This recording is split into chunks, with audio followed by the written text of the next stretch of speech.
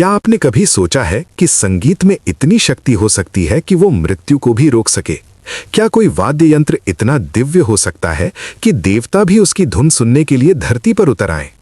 आज मैं आपको ले चलता हूं 7वीं शताब्दी के कर्नाट राज्य में, जहां एक साधारण गायक की बेटी के पास एक ऐसी वीणा थी जिसके तारों में छुपा था अमरता का रहस्य। ये कहानी है प्रेम की, संगीत की और एक ऐसे शाप की जो 3 पीढ़ियों से चला आ रहा था। तो बने रहिए हमारे साथ और जानिए कैसे एक राजकुमार ने अपने प्राणों की परवाह किए बिना उस वीणा का रहस्य सुलझाने की ठानी। तो चलिए शुरू करते हैं आज की कहानी। कर्नाट राज्य दक्षिण भारत का सबसे समृद्ध राज्य था।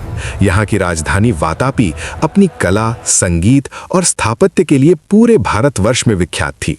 राजा पुलकेशी द्वितीय न केवल एक महान योद्धा थे, बल्कि कला के बहुत बड़े संरक्षक भी थे। उनके दरबार में देश के सबसे प्रतिभाशाली गायक, वादक और नर्तक रहते थे। राजा के 3 पुत्र थे। सबसे बड़े युवराज विक्रमादित्य, मझले राज सिंह और सबसे छोटे कुमार अमरदेव। अमरदेव की उम्र केवल 21 वर्ष थी, लेकिन वो संगीत में इतना निपुण था कि दरबार के वरिष्ठ संगीतज्ञ भी उसकी प्रतिभा के आगे नतमस्तक हो जाते थे। वातापी नगर के पूर्वी छोर पर संगीतकारों की बस्ती थी। यहाँ लगभग 400 परिवार रहते थे। इन्हीं परिवारों में से एक था गंधर्व नामक वीणा वादक का परिवार। गंधर्व की उम्र 55 वर्ष थी और वो राज दरबार में मुख्य वीणा वादक था। उसकी पत्नी का नाम मृगनयनी था और उनकी इकलौती पुत्री थी रागिनी। रागिनी की उम्र 18 वर्ष थी। वो अपने पिता से भी अधिक कुशल वीणा वादक थी, लेकिन उस समय के रीति रिवाजों के अनुसार स्त्रियों को राज दरबार में वादन की अनुमति नहीं थी। इसलिए रागिनी अपनी कला को घर की 4 दीवारी में ही सीमित रखती थी। खास बात यह थी कि रागिनी के पास एक अद्भुत वीणा थी। ये वीणा उसे विरासत में मिली थी। कहा जाता था कि ये वीणा उसकी परदादी को एक सिद्ध संत से मिली थी। इस वीणा के 7 तार थे जो 7 अलग अलग धातुओं से बने थे: सोना, चांदी, तांबा, लोहा, पीतल, कांसा और एक अज्ञात धातु जो चंद्रमा की रोशनी में नीला प्रकाश छोड़ती थी। जब रागिनी इस वीणा पर राग भैरवी बजाती तो आकाश में बादल घिराते, राग मल्हार से वर्षा होने लगती, राग दीपक से दीपक अपने आप जल उठते। लेकिन सबसे रहस्यमय बात यह थी कि इस वीणा पर एक विशेष राग बजाने से मृत्यु को टाला जा सकता था। इस राग का नाम था संजीवनी। लेकिन इस राग के साथ एक भयंकर शाप भी जुड़ा था। जो भी इस राग को पूर्णता के साथ बजाता, उसके प्राण 3 दिन के भीतर शरीर छोड़ देते। रागिनी की परदादी ने अपने पति को मृत्यु के मुंह से वापस लाने के लिए ये राग बजाया था और 3 दिन बाद स्वयं चल बसी थी। उसकी दादी ने अपने पुत्र को बचाने के लिए ये राग बजाया और वो भी उसी शाप का शिकार हो गई। रागिनी की मां मृगनयनी भी इस राग को जानती थी, लेकिन उसने कभी इसे बजाया नहीं। वो रागिनी को हमेशा चेतावनी देती रहती कि इस राग को कभी मत बजाना। मृत्यु प्रकृति का नियम है और इसे बदलने की कोशिश करने वाला स्वयं काल के गाल में समा जाता है। एक दिन राजकुमार अमरदेव अपने मित्रों के साथ शाम को नगर भ्रमण के लिए निकले। वे साधारण वस्त्र पहने हुए थे ताकि कोई उन्हें पहचान न सके। घूमते घूमते वे संगीतकारों की बस्ती में पहुंच गए। शाम का समय था और दीपक जलने लगे थे। तभी कहीं से बहुत मधुर वीणा की धुन सुनाई दी। अमरदेव संगीत के बहुत शौकीन थे। वो उस धुन की ओर खींचे चले गए। धुन गंधर्व के घर से आ रही थी। वहां एक छोटी सी खिड़की थी जिसमें से झांक कर देखा जा सकता था। अमरदेव ने देखा कि एक अत्यंत सुंदर युवती वीणा बजा रही थी। उसकी उंगलियां तारों पर ऐसे नाच रही थीं मानो हवा में तितलियां उड़ रही हों। राग इतना मधुर था कि अमरदेव वहीं खड़े रह गए। उनके साथी उन्हें बुला रहे थे, लेकिन वे सुन नहीं पा रहे थे। जब रागिनी ने वादन समाप्त किया तब अमरदेव को होश आया। वे अपने मित्रों के साथ वहां से चले गए, लेकिन उनका मन वहीं रह गया। अगले दिन अमरदेव दरबार में बैठे थे। उनका मन उस अनजान वीणा वादिका के बारे में सोच रहा था। उन्होंने अपने विश्वस्त सेवक विजय को बुलाया और कहा, विजय, तुम जाओ और पता लगाओ कि संगीतकारों की बस्ती में किसके घर एक युवती वीणा बजाती है। उसकी वीणा की धुन बहुत अलग है। विजय तुरंत चला गया। शाम तक वो वापस आया और बोला, राजकुमार, वो युवती मुख्य वीणा वादक गंधर्व की पुत्री रागिनी है। लोग कहते हैं कि वो अपने पिता से भी बेहतर वीणा बजाती है। उसके पास एक दिव्य वीणा है जो पीढ़ियों से उनके परिवार में चली आ रही है। अमरदेव की जिज्ञासा और बढ़ गई। उन्होंने पूछा, उस वीणा की क्या विशेषता है? विजय ने कहा, राजकुमार, लोगों में तरह तरह की बातें फैली हैं। कुछ कहते हैं कि वो वीणा दिव्य है और उस पर बजाए गए राग चमत्कार कर सकते हैं। कुछ कहते हैं कि उसमें एक ऐसा राग है जो मृत्यु को भी हरा सकता है, लेकिन उस राग के साथ एक शाप भी जुड़ा है। अमरदेव ने गंभीरता से पूछा, कैसा शाप? विजय बोला, कहते हैं कि जो उस राग को बजाता है वो 3 दिन में मर जाता है। अमरदेव कुछ देर चुप रहे, फिर बोले, मैं उस वीणा को सुनना चाहता हूं और रागिनी से मिलना भी चाहता हूं। विजय ने कहा, राजकुमार, आप राज दरबार में गंधर्व को बुला सकते हैं। अमरदेव ने सिर हिलाया, नहीं विजय, मैं नहीं चाहता कि ये बात सबको पता चले। तुम कल गंधर्व के घर जाओ और उसे कहो कि एक संगीत प्रेमी उसकी पुत्री की वीणा सुनना चाहता है। हम साधारण वेश में आएंगे। विजय ने आदेश मान लिया। अगले दिन विजय ने गंधर्व से मुलाकात की। गंधर्व पहले तो हैरान हुआ। उसने पूछा, कौन है वो संगीत प्रेमी जो मेरी बेटी की वीणा सुनना चाहता है? विजय ने कहा, वो एक कुलीन व्यक्ति है और संगीत का बहुत बड़ा ज्ञाता है। गंधर्व सोच में पड़ गया। उसने अपनी पत्नी मृगनयनी से सलाह ली। मृगनयनी बोली, अगर कोई सच्चा संगीत प्रेमी हमारी बेटी की कला को सुनना चाहता है तो हमें मना नहीं करना चाहिए, लेकिन उस व्यक्ति का परिचय जरूर होना चाहिए। गंधर्व ने विजय से कहा, ठीक है, कल शाम को वो यहां आ सकते हैं, लेकिन मैं उनसे मिलना चाहूंगा। शाम को अमरदेव साधारण वेश में 2 मित्रों के साथ गंधर्व के घर पहुंचे। गंधर्व ने उन्हें आदर से बिठाया। उसने अमरदेव के चेहरे को गौर से देखा। चेहरा परिचित सा लग रहा था, लेकिन वो समझ नहीं पाया। अमरदेव ने कहा, गंधर्व जी, मैं संगीत का विद्यार्थी हूं। मैंने आपकी पुत्री की वीणा के बारे में बहुत सुना है। क्या मुझे उसे सुनने का सौभाग्य मिल सकता है? गंधर्व ने मुस्कुराकर कहा, अवश्य, मैं अपनी पुत्री को बुलाता हूं। रागिनी अपनी वीणा लेकर आई। जब उसने अमरदेव को देखा तो एक पल के लिए ठिठक गई। अमरदेव के चेहरे पर एक अजीब सा तेज था।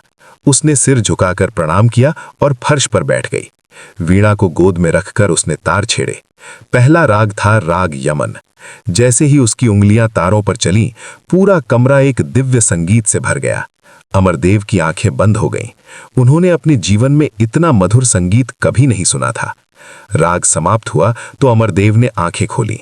उनकी आंखों में आंसू थे। उन्होंने कहा, देवी, आप साक्षात सरस्वती हैं। आपकी वीणा में दिव्यता है। रागिनी ने शर्माकर सिर झुका लिया। गंधर्व बोला, ये वीणा हमारे परिवार की धरोहर है। अमरदेव ने पूछा, क्या मैं इस वीणा को देख सकता हूं? रागिनी ने वीणा आगे बढ़ा दी। अमरदेव ने उसे हाथ में लिया। वीणा अद्भुत थी। 7 तार 7 अलग रंगों में चमक रहे थे।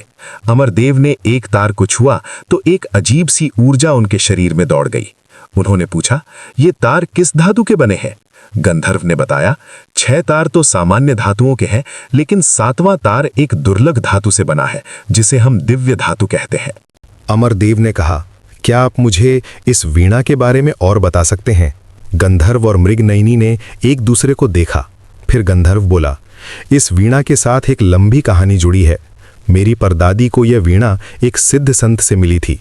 उस संत ने कहा था कि यह वीणा 3 रागों से 3 चमत्कार कर सकती है। पहला राग मेघ मल्हार है, जो वर्षा ला सकता है। दूसरा राग दीपक है, जो अग्नि प्रज्वलित कर सकता है। और तीसरा राग है संजीवनी, जो मृत्यु को रोक सकता है। लेकिन तीसरे राग के साथ एक भयंकर शाप भी है। अमरदेव की रुचि और बढ़ गई। उन्होंने पूछा, कैसा शाप? मृगनयनी आगे बोली, जो भी संजीवनी राग को पूर्णता से बजाता है, उसके प्राण 3 दिन में निकल जाते हैं। मेरी सास ने अपने पुत्र को बचाने के लिए ये राग बजाया और 3 दिन बाद वो चल बसी। इसलिए हमने रागिनी को ये राग सिखाया तो है, लेकिन उसे कभी बजाने की अनुमति नहीं दी। अमरदेव गंभीर हो गए। उन्होंने कहा, अगर कोई उस राग को अधूरा बजाए तो? गंधर्व बोला, तो कुछ नहीं होता, लेकिन राग अधूरा रहने से उसका प्रभाव भी नहीं होता। अमरदेव ने रागिनी से पूछा, क्या तुम उस राग को जानती हो? रागिनी ने धीमे स्वर में कहा, हाँ जानती हूं, लेकिन मैंने कभी उसे बजाया नहीं। अमरदेव बोले, क्या तुम उसकी धुन सुना सकती हो, बस शुरुआती कुछ स्वर? मृगनयनी ने तुरंत कहा, नहीं महाशय, हम इस राग से दूर ही रहना चाहते हैं, ये बहुत खतरनाक है। अमरदेव ने हाथ जोड़कर कहा, मैं समझता हूं, मैं आपकी भावनाओं का सम्मान करता हूं, लेकिन संगीत के एक विद्यार्थी के रूप में मेरी जिज्ञासा है। मैं वादा करता हूं कि मैं इसका दुरुपयोग नहीं करूंगा। गंधर्व सोच में पड़ गया। वो बोला, ठीक है, रागिनी केवल शुरुआती 4 स्वर सुना सकती है, उससे कोई खतरा नहीं होगा। रागिनी ने वीणा उठाई और बहुत धीमे से 4 स्वर बजाए। उन 4 स्वरों में इतनी गहराई थी कि अमरदेव स्तब्ध रह गए। उन्हें लगा जैसे समय रुक गया हो। जब रागिनी ने वादन रोक दिया तो अमरदेव को होश आया। उन्होंने कहा, अद्भुत, ये तो किसी अन्य लोक का संगीत है। गंधर्व ने कहा, हाँ, ये दिव्य संगीत है, इसे मनुष्यों के लिए नहीं बनाया गया था। अमरदेव वहां से विदा लेकर अपने महल लौट आए, लेकिन उनका मन रागिनी और उस वीणा में अटक गया था।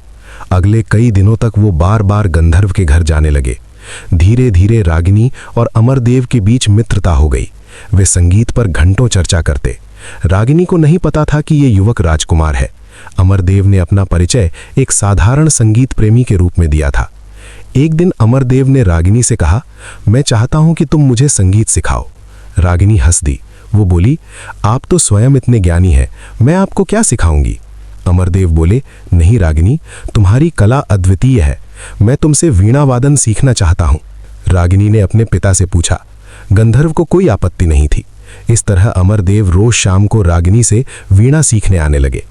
महीनों बीत गए। अमरदेव और रागिनी का प्रेम गहरा होता गया, लेकिन दोनों ने एक दूसरे से कभी प्रेम का इजहार नहीं किया। रागिनी को अब भी नहीं पता था कि यह युवक राजकुमार है। एक दिन अमरदेव ने हिम्मत करके कहा, रागिनी, मैं तुमसे कुछ कहना चाहता हूं। रागिनी ने शर्मा कर कहा, कहिए। अमरदेव बोले, मैं तुमसे प्रेम करता हूं, क्या तुम मुझसे विवाह करोगी। रागिनी की आंखों में आंसू आ गए। उसने कहा, मैं भी आपसे प्रेम करती हूं, लेकिन यह कैसे संभव है। आप एक कुलीन व्यक्ति हैं और मैं एक साधारण वीणा वादक की बेटी। अमरदेव ने कहा, रागिनी, मेरे लिए तुम्हारी कला और तुम्हारा हृदय ही सब कुछ है। मैं अपने पिता से बात करूंगा। रागिनी ने पूछा, आपके पिता कौन है। अमरदेव ने गहरी सांस ली। उन्होंने कहा, रागिनी, मैं तुमसे सच छुपा रहा था, मैं राजकुमार अमरदेव हूं। रागिनी स्तब्ध रह गई। उसके हाथ से वीणा छूटकर गिर गई। वो बोली, क्या आप राजकुमार हैं और आपने मुझसे ये बात छुपाई। अमरदेव ने कहा, मैं जानता था कि अगर मैं सच बताऊंगा तो तुम मुझसे स्वाभाविक रूप से बात नहीं कर पाओगी। मैं चाहता था कि तुम मुझे वैसे जानो जैसा मैं हूं, राजकुमार की हैसियत से नहीं।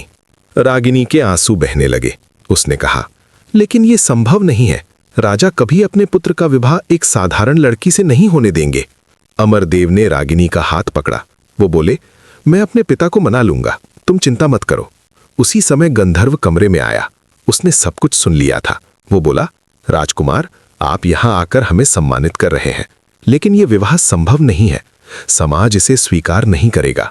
अमरदेव ने दृढ़ स्वर में कहा, गंधर्व जी, मैं समाज की परवाह नहीं करता। मैं रागिनी से प्रेम करता हूं और उससे विवाह करूंगा। कल मैं अपने पिता से बात करूंगा। ये कहकर अमरदेव वहां से चले गए। रागिनी रोती रही। उसे लग रहा था कि यह सपना टूट जाएगा। अगले दिन अमरदेव ने अपने पिता राजा पुलकेशी से बात की। उन्होंने कहा, पिताजी, मैं गंधर्व की पुत्री रागिनी से प्रेम करता हूं, मैं उससे विवाह करना चाहता हूं। राजा पुलकेशी हैरान रह गए। वे बोले, अमरदेव, तुम्हें पता है ये कितनी बड़ी बात है। तुम राजकुमार हो, तुम्हारा विवाह किसी राजकुमारी से होना चाहिए। अमरदेव ने कहा, पिताजी, रागिनी एक अद्वितीय कलाकार है, वो राजकुमारी से कम नहीं है। राजा ने कठोर स्वर में कहा, नहीं अमरदेव, ये विवाह नहीं हो सकता, मैं इसकी अनुमति नहीं दे सकता। अमरदेव को गहरा धक्का लगा। उन्होंने कहा, पिताजी, अगर आप इसकी अनुमति नहीं देंगे तो मैं राजपाट छोड़ दूंगा। राजा क्रोधित हो गए। उन्होंने कहा, तुम ऐसा नहीं कर सकते, ये राज्य के हित में नहीं है। अमरदेव बोले, मैं अपने प्रेम के बिना नहीं जी सकता। राजा ने कहा, ठीक है, मैं तुम्हें एक शर्त देता हूं, अगर तुम उस शर्त को पूरा कर लोगे तो मैं इस विवाह की अनुमति दे दूंगा। अमरदेव ने पूछा, कैसी शर्त। राजा बोले, मैंने सुना है कि रागिनी के पास एक दिव्य वीणा है जिस पर संजीवनी राग बजाया जा सकता है। अगर वो उस राग को बजाकर दिखा दे तो मैं मान जाऊंगा कि वो सचमुच दिव्य है और उससे तुम्हारा विवाह हो सकता है। अमरदेव के चेहरे का रंग उड़ गया। वे बोले, लेकिन पिताजी, उस राग को बजाने वाला 3 दिन में मर जाता है। राजा ने कहा, तो फिर ये विवाह नहीं हो सकता, ये मेरी अंतिम शर्त है। अमरदेव टूट गए। वे सीधे गंधर्व के घर गए, रागिनी को सारी बात बताई। रागिनी ने कहा, मैं जानती थी कि यह असंभव है। अमरदेव बोले, नहीं रागिनी, मैं तुम्हें खोना नहीं चाहता। रागिनी ने आंसू पोंछते हुए कहा, लेकिन मैं वो राग नहीं बजा सकती, उसे बजाने का मतलब है मृत्यु। अमरदेव ने कहा, तो क्या हम अपने प्रेम को यूं ही मर जाने दें? रागिनी चुप रह गई। उस रात रागिनी को नींद नहीं आई। वो सोचती रही। सुबह होते ही उसने अपना निर्णय ले लिया। उसने अपनी माँ से कहा, माँ, मैं संजीवनी राग बजाऊंगी। मृगनयनी घबरा गई। वो बोली, नहीं बेटी, ये तुम क्या कह रही हो? तुम्हें पता है इसका अंजाम क्या होगा? रागिनी ने कहा, माँ, मैं अमरदेव के बिना नहीं जी सकती। अगर ये राग बजाने से उनसे विवाह हो सकता है तो मैं तैयार हूं। मृगनयनी रोने लगी। उसने कहा, लेकिन बेटी, तुम 3 दिन में मर जाओगी, फिर वो विवाह किस काम का? रागिनी मुस्कुराई। वो बोली, माँ, 3 दिन का प्रेम भी पूरे जीवन से बेहतर है। मृगनयनी ने गंधर्व को बुलाया। दोनों ने रागिनी को समझाने की कोशिश की, लेकिन रागिनी अटल थी। आखिरकार गंधर्व ने हार मान ली। उसने कहा, अगर तुम्हारा यही निर्णय है तो मैं तुम्हें रोक नहीं सकता, लेकिन इसके पहले कि तुम ये राग बजाओ, मैं तुम्हें एक बात बताना चाहता हूं। रागिनी ने पूछा, क्या बात पिताजी? गंधर्व बोला, जिस संत ने ये वीणा हमारे परिवार को दी थी, उसने एक रहस्य भी बताया था। संजीवनी राग की शक्ति को तोड़ने का एक उपाय है। रागिनी की आंखें चमक उठीं। उसने पूछा, कैसा उपाय? गंधर्व ने कहा, अगर कोई व्यक्ति सच्चे प्रेम से उस राग को बजाने वाले के लिए अपने प्राण न्यौछावर करने को तैयार हो जाए तो शाप टल सकता है, लेकिन ये बहुत कठिन है, क्योंकि उस व्यक्ति को राग बजने के 3 दिन के भीतर स्वयं मृत्यु को गले लगाना होगा। रागिनी सोच में पड़ गई। उसने कहा, इसका मतलब है कि कोई ना कोई तो मरेगा ही? गंधर्व ने कहा, हाँ बेटी, ये शाप इतना आसान नहीं है, इसे तोड़ा नहीं जा सकता। रागिनी ने निर्णय ले लिया। उसने अमरदेव को संदेश भिजवाया कि वो कल राज दरबार में संजीवनी राग बजाएगी। अगले दिन पूरा दरबार उमड़ पड़ा। राजा पुलकेशी सिंहासन पर बैठे थे। अमरदेव उनके पास खड़े थे। रागिनी अपनी वीणा लेकर दरबार में आई। उसने राजा को प्रणाम किया। राजा ने कहा, रागिनी, क्या तुम जानती हो कि इस राग को बजाने का क्या अंजाम होगा? रागिनी ने शांत स्वर में कहा, हाँ महाराज, मैं जानती हूं, लेकिन प्रेम के सामने मृत्यु का भय कुछ नहीं है। राजा प्रभावित हुए। उन्होंने कहा, ठीक है, तुम राग बजाओ। रागिनी ने वीणा को गोद में रखा। उसने आंखें बंद की। धीरे धीरे उसकी उंगलियां तारों पर चलने लगीं। पहले स्वर के साथ ही पूरा दरबार एक अजीब शांति में डूब गया।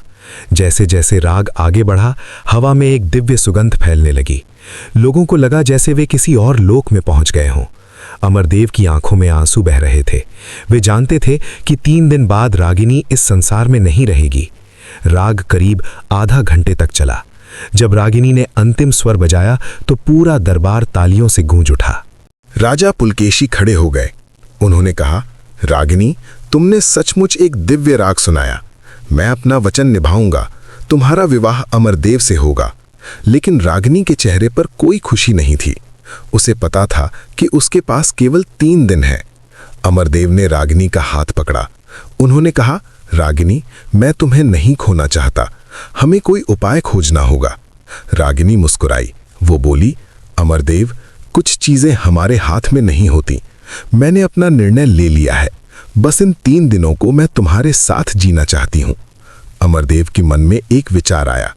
उन्होंने सोचा, अगर मैं रागिनी के लिए अपने प्राण दे दूं तो शायद शाप टल जाए, लेकिन क्या यह संभव है?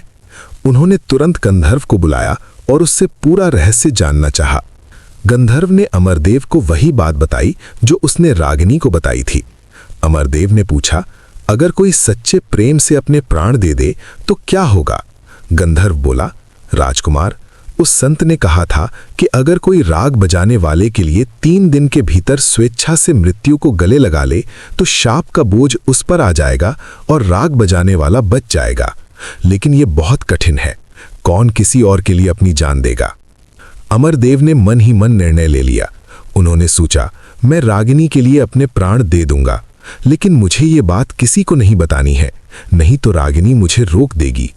उन्होंने गंधर्व से कहा, ये बात किसी को मत बताना। गंधर्व समझ गया कि राजकुमार के मन में क्या चल रहा है। अगले दिन रागिनी और अमरदेव का विवाह हो गया। पूरा राज्य उत्सव में डूब गया, लेकिन अमरदेव के मन में एक तूफान चल रहा था। उन्होंने तय कर लिया था कि तीसरे दिन की रात वे अपने प्राण त्याग देंगे। लेकिन क्या ये इतना आसान होगा? क्या शाप सचमुच टल जाएगा या फिर दोनों को अपनी जान गंवानी पड़ेगी?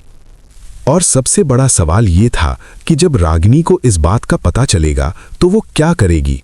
क्या वो अमरदेव को ऐसा करने से रोक पाएगी या फिर खुद उनके साथ मृत्यु को गले लगा लेगी? इन सब सवालों का जवाब मिलेगा अगले अध्याय में, क्योंकि अभी तो कहानी का सबसे रोमांचक हिस्सा बाकी है। वो रहस्य जो उस दिव्य वीणा में छुपा है, वो सच्चाई जो 3 पीढ़ियों से किसी को नहीं पता।